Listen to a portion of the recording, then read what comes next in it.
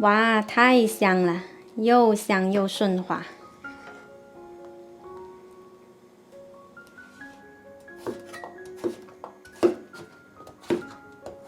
南瓜我们给它去皮，然后切成小块，上锅给它蒸熟。我们再来准备几个口蘑，洗干净了之后给它切成片。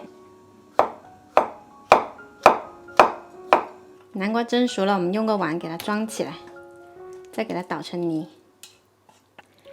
如果家里有破壁机的话呢，我们可以加一点点水，生的就那样子去打，尽量给它捣碎一点。如果我们喜欢吃那种比较顺滑的口感呢，可以过筛一遍。这个是我过筛了一遍的效果，特别的细腻。那我们再来重新起锅，热一块黄油。这个用黄油呢会更香，没有的话呢可以用橄榄油或者玉米油。黄油融化了之后，把我们的口蘑放进来炒香。炒这个口蘑，我们火一定不要太大，慢慢的把它水分给它逼出来，然后加上一点点胡椒粉，吃起来会更香。炒香了之后呢，我们再加入半碗清水，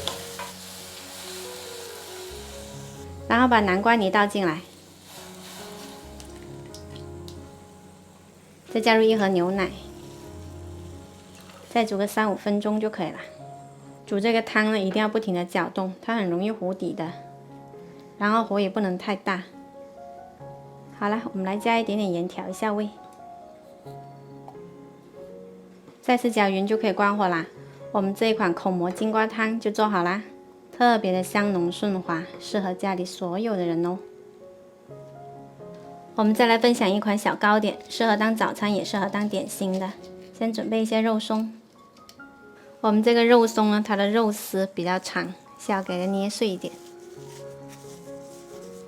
这一盘蛋糕胚呢，是我昨天晚上提前做好的，我们拿一个出来，然后在这里给它挤上沙拉酱，拿上另外一片给它盖起来，接着在面上再给它刷上一些沙拉酱，侧边也给它涂上一些，等会才好沾肉松。接着在肉松里面打个滚，给它沾上满满的肉松。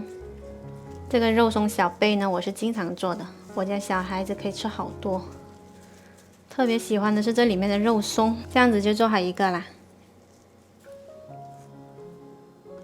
我们今天分享这个营养美味的早餐就做好啦，喜欢的朋友可以试一下哦。